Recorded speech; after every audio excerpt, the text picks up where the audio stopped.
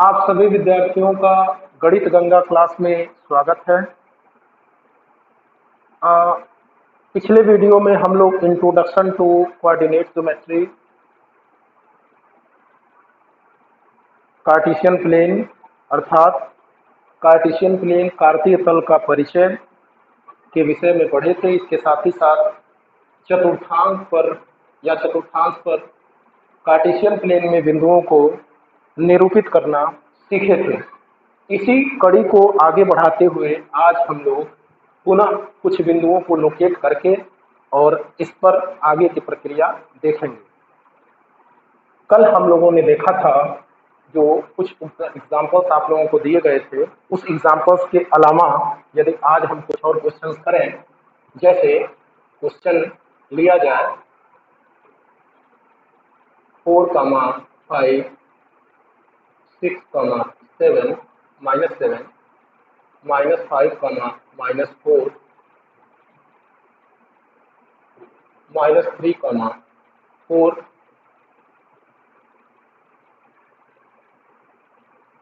को कार्तीय तल पर निरूपित कीजिए।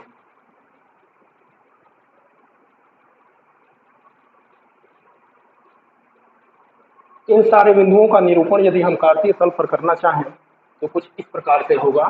पहला बिंदु जो होगा जिसका x वैल्यू 4 और y वैल्यू 5 दिया हुआ है, तो x एक्स पे हम 4 यूनिट चलेंगे, 1, 2, 3 एंड 4।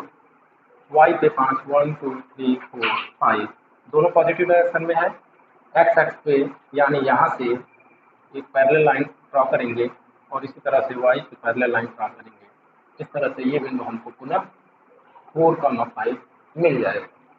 अगला पॉइंट यदि हम लेते हैं 6, -7, तो वहाँ पे y, इसमें x पॉजिटिव है, y नेगेटिव है। x का पॉजिटिव डायरेक्शन होगा 6 यूनिट, 1, 2, 3, 4, 5, 6 एंड y का नेगेटिव डायरेक्शन 7 यूनिट, 1, 2, 3, 4, 5, 6, 7।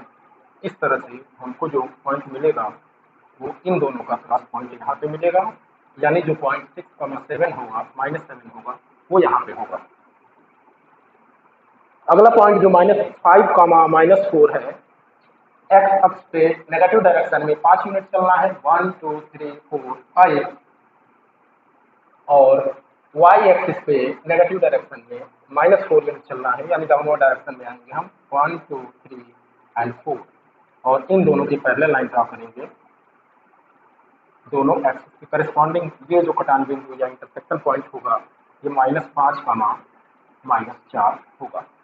इसी तरह ये बिंदु जो है -3, 4, इसको यदि निरूपित करना हो तो हम x अक्ष पे -3 यानी कि x अक्ष के नेगेटिव डायरेक्शन में 1, 2, 3 यहाँ पे और y के पॉजिटिव डायरेक्शन में 4 यूनिट यानी 1, 2, 3 एंड 4 यहाँ पे। तो इस तरह से ये हमको ये सारे मिल जाएंगे और ये इसका कोऑर्डिनेट हो जाएगा -3, 4। इन सारे बिंदुओं के निरूपण से यह स्पष्ट होता है कि जिस पॉइंट का दोनों साइड यानी एब्सिसा और ऑर्डिनेट, भुज और कोटि दोनों पॉजिटिव होगा वह प्रथम चतुर्थांश में पड़ेगा, जबकि जिसका भुज पॉजिटिव कोटि नेगेटिव यानी कि एब्सिसा पॉजिटिव और ऑर्डिनेट नेगेटिव होगा वो 6, 7 ये फोर्थ क्वाड्रेंट में पड़ेगा। जिसमें एब्सिसा और ऑर्डिनेट दोनों नेगेटिव होंगे वो थर्ड क्वाड्रेंट या तीसरे चतुर्थांश में पड़ेगा और जिसमें एक्स नेगेटिव होगा बट वाई पॉजिटिव होगा वो पॉइंट सेकंड या द्वितीय चतुर्थांश में स्थित होगा। यदि इसके अलावा हमसे क्वेश्चन पूछ दिया जाए -4, -6, -5, -4, -5, 4, 7, 3, 2, -2, 1, 3, -4 किस चतुर्थांश में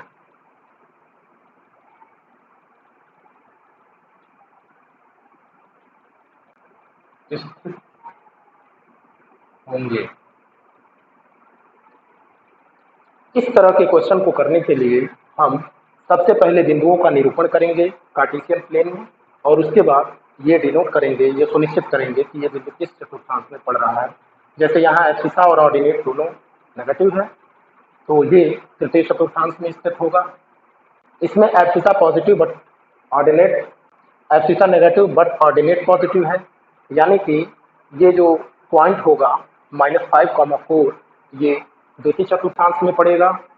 7,3 यहाँ एब्सिसा ऑर्डिनेट दोनों पॉजिटिव हैं, तो ये प्रथम चतुर्थांश में पड़ेगा। -2,1 जिसमें एब्सिसा नेगेटिव है ऑर्डिनेट पॉजिटिव है, तो एब्सिसा नेगेटिव ऑर्डिनेट पॉजिटिव यानी कि ये फिर जो है द्वितीय चतुर्थांश में पड़ेगा। और इस तरह से यदि 3,-4 जिसमें एब्सिसा पॉजिटिव हो बट ऑर्डिनेट नेगेटिव हो, तो ये बिंदु जो हमारा होगा ये चतुर्थ चतुर्थांश में पड़ेगा। इस तरह से जो पॉइंट्स दिए हुए हैं उन पॉइंट्स का निरूपण हम कार्तीय तल पर कर सकते हैं। इसके साथ ही साथ यदि पॉइंट्स दिए हुए हैं तो उन पॉइंट्स को निरूपित करने के बाद उनका चतुर्थांश में स्थान भी निर्धारित किया जा सकता है और ये बताया जा सकता है कि दिया गया बिंदु किस चतुर्थांश में स्थित है। इसके अलावा यदि हमें प्रश्न इस तरह से मिलता है 0,4 -5,0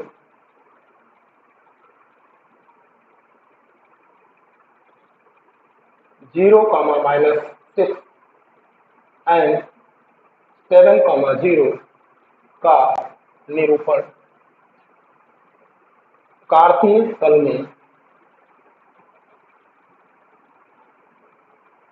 में कीजिए। इस तरह के बिंदु का निरूपण करने के लिए सबसे पहला काम हम ये करेंगे, जैसा कि आप लोगों को वीडियो नंबर 1 में हमने बता चुका हुआ है, जब हम एक्स एक्सिस पे चलते हैं तो उस पर y का मान 0 यानी 0 होता है। जब हम y अक्ष पे चलते हैं तो y अक्ष पे x का मान 0 होता है। अर्थात कहने का मतलब यह है x एक्सिस पे y का मान 0 और y एक्सिस पे x का मान 0 होता है। इन बिंदुओं का निरूपण यदि हमको करना हो तो इन बिंदुओं का निरूपण हम इस प्रकार से कर सकते हैं, जैसा कि 0,4 है। 0,4 का निरूपण करने के लिए सबसे पहला काम हमको ये करना है, x का मान यहाँ पे 0 है, x का मान 0 कहाँ पर होगा, y अक्ष पे होगा और y की वैल्यू 4 यूनिट है, यानी कि y अक्ष पे 4 यूनिट चलना है पॉजिटिव डायरेक्शन में 1, 2, 3 एंड 4, यानी कि ये जो पॉइंट होगा आपका ये 0,4 को निरूपित करेगा, यानी ये बिंदु y अक्ष पे लाई करेगा। -5,0 यहाँ पे x जो है 5 यूनिट नेगेटिव डायरेक्शन में बट y की वैल्यू 0 है, y की वैल्यू 0 है यानी यह बिंदु x अक्ष पे लाई करेगा। x एक्सिस हमारा ये है। अब हमको x एक्सिस के इस बिंदु का निरूपण करना है। x अक्ष पे -5 यूनिट 1, 2, 3, 4 एंड 5 यहाँ पे हो जाएगा और 0, तो ये हो जाएगा -5,0। इसी तरह से 0,6 में x की वैल्यू 0 है और y की वैल्यू इस तरह से हमने स्पष्ट किया है, यदि x 0 होगा यानी कि एब्सिसा वैल्यू 0 होगी तो वो पॉइंट जो होगा वो y अक्ष पे लाई करेगा और यदि ऑर्डिनेट वैल्यू 0 होगी तो वह बिंदु जो होगा वो x अक्ष पे लाई करेगा, x अक्ष पे स्थित होगा। हम इस वाले बिंदु के निरूपण की बात कर रहे थे, इसमें x की वैल्यू 0 है यानी यह बिंदु भी y अक्ष पे लाई करेगा, x का मान 0 और y का मान -6 यानी कि y के नेगेटिव डायरेक्शन में। इस पे हम चलेंगे 1, 2, 3, 4, 5 एंड 6, यानी ये जो बिंदु हो जाएगा वो 0,-6 हो जाएगा। इसी तरह से 7,0 को यदि निरूपित करना हो तो हम 7 जो है x की वैल्यू 7 है, y की वैल्यू 0 है, यानी y जब 0 होगा तो वह बिंदु भी x अक्ष पे लाई करेगा। x अक्ष पे कितने डिस्टेंस 7 यूनिट 1, 2, 3, 4, 5, 6 एंड 7। इस तरह से वो पॉइंट 7,0 यहाँ पर लाई कर जाएगा। इस एग्जाम्पल और इस एग्जाम्पल के माध्यम से हमने प्रत्येक तरह के बिंदुओं का निरूपण कार्तीय तल में किस प्रकार से किया जाता है, इसको आपके सामने करके दिखाया है। इससे संबंधित जो भी प्रश्न होंगे उनको आप अपनी किताब की सहायता से करेंगे।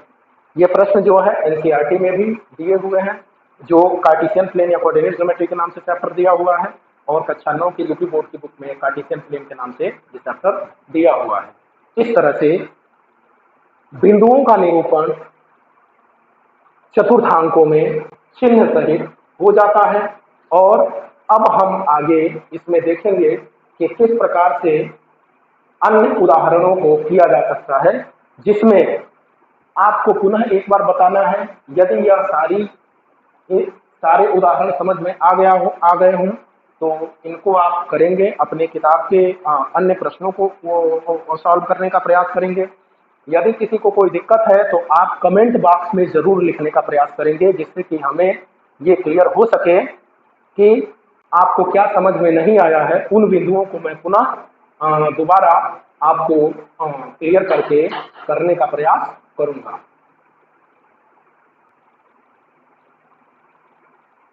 कार्टेशियन प्लेन में यदि इस तरह के पॉइंट्स दिए हुए हों जो फ्रैक्शन फॉर्म में हो, यानी भाग के फॉर्म में हो, तो उनका निरूपण किस प्रकार से किया जाएगा, इस पर आधारित एक प्रश्न हमने आपके सामने प्रस्तुत किया है।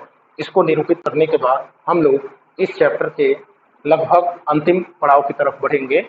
यहाँ पे है पहला 5.2, का निरूपण, 5/2.0, का निरूपण।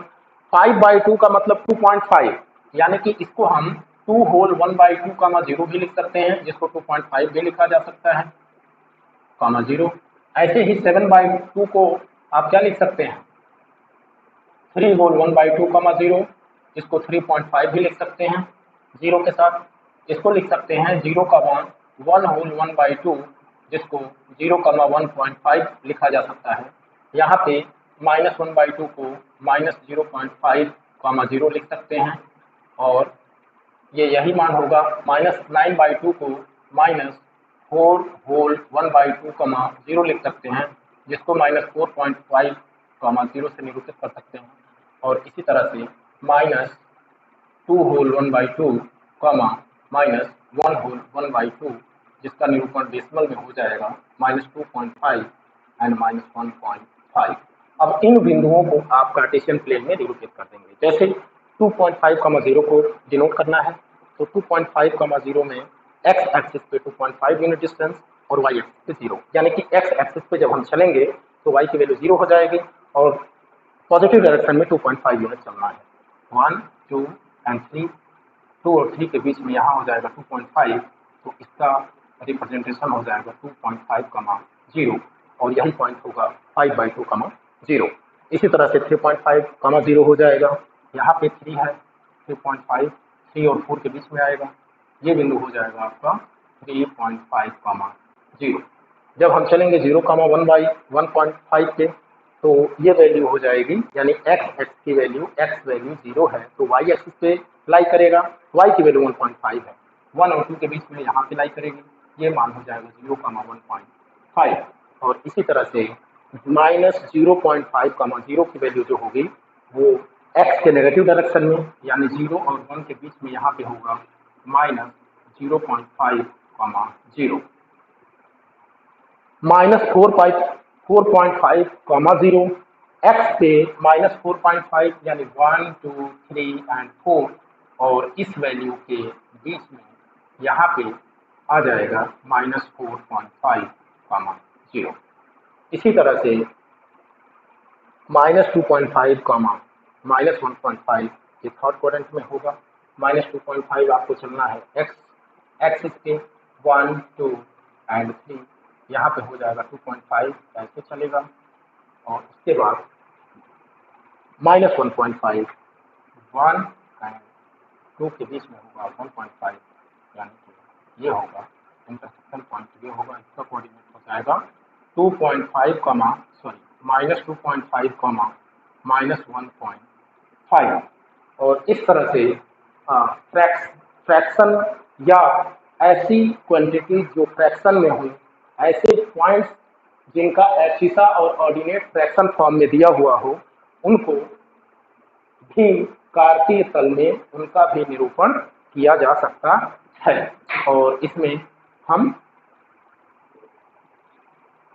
कार्तीय तल के निरूपण में यदि इस तरह का प्रश्न हमारे सामने प्रस्तुत होता है जिसमें x और y इवोल्यूशन के फॉर्म में दिया हुआ है, तो यहाँ पे परेशान होने की जरूरत नहीं है। इन दोनों पॉइंट्स को लेकर के abscissa ordinate, abscissa ordinate, abscissa ordinate इस तरह से करके हमको पॉइंट बनाना है। पॉइंट बनाने के बाद उन सारे बिंदुओं का निरूपण हमको कार्तीय तल पे कर लेना है। जैसे x और y दिया है, यहाँ इसको यदि पॉइंट फॉर्म में हम कन्वर्ट करेंगे, पॉइंट के रूप में कन्वर्ट करेंगे तो 1, 2 मिलेगा। इसको पॉइंट के रूप में कन्वर्ट करेंगे तो 3, -2 मिलेगा। इसको पॉइंट के रूप में कन्वर्ट करेंगे तो -5, -7 मिलेगा। इसको पॉइंट के रूप में कन्वर्ट करेंगे तो 6, 1 मिलेगा। और इसको पॉइंट के फॉर्म में कन्वर्ट करेंगे तो -2, 3 मिलेगा। और हमने आपको पहले बता दिया है कि इन बिंदुओं का निरूपण कार्तीय तल में कैसे किया जाता है। आज हम लोग इस चैप्टर के समाप्ति की तरफ इस तरह का क्वेश्चन करने का प्रयास करेंगे जिसमें कोई आयत या ज्योमेट्रिकल शेप दिया होगा, उस शेप में दो, अगर जो त्रिभुज दिया है तो उसके 2 शीर्ष दिए होंगे, तीसरा शीर्ष निकालना होगा। यदि चतुर्भुज में आयत या वर्ग दिया हुआ है तो उसके 3 शीर्ष दिए होंगे और चौथा शीर्ष निकालना होगा।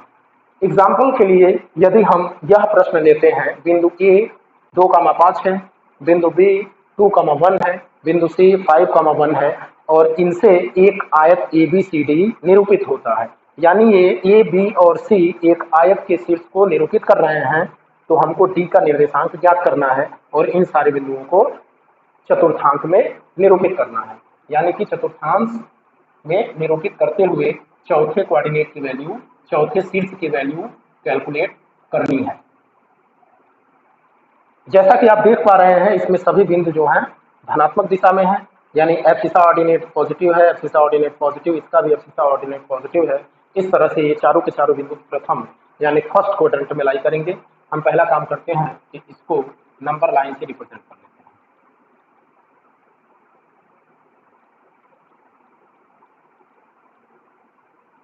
पहला पॉइंट दिया है 2, 5।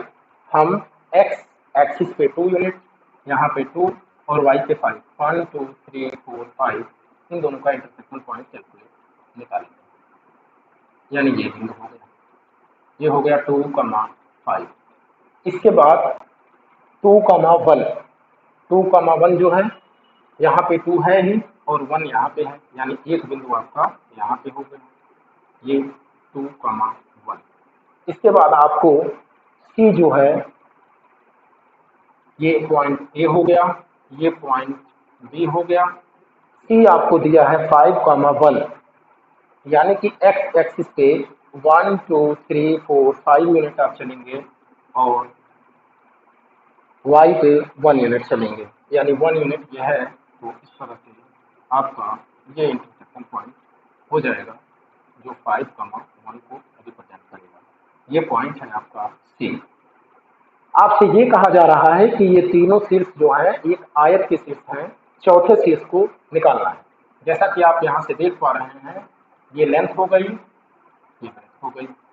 तो यहाँ से लेंथ ये होगी और ये ब्रेथ हो जाएगी। इस तरह से आप देख रहे हैं 1, 2, 3, 4, 5 यानी कि ये पॉइंट हो गया 5 और यहाँ से हम चले 1, 2, 3, 4, 5 यानी कि 5।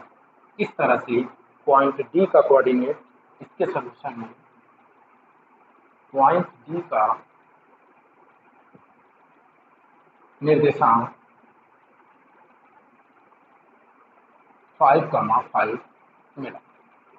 यदि आपसे पूछ देता कि बिंदु ए, बी और सी एक आयत के शीर्ष हों तो डी निकालिए, इसके साथ ही साथ इस आयत का क्षेत्रफल निकालिए। इस स्थिति में हम क्या करते, यहाँ से लेके यहाँ तक यानी कि 1, 2, 3, 4 ये 4 यूनिट लेंथ हो गई और उसके बाद से 1, 2, 3 यूनिट जो है यहाँ से लेके यहाँ तक ये 3 यूनिट जो है ब्रेथ हो गई या चौड़ाई हो गई और यहाँ से ये 4 यूनिट इसकी लंबाई हो गई।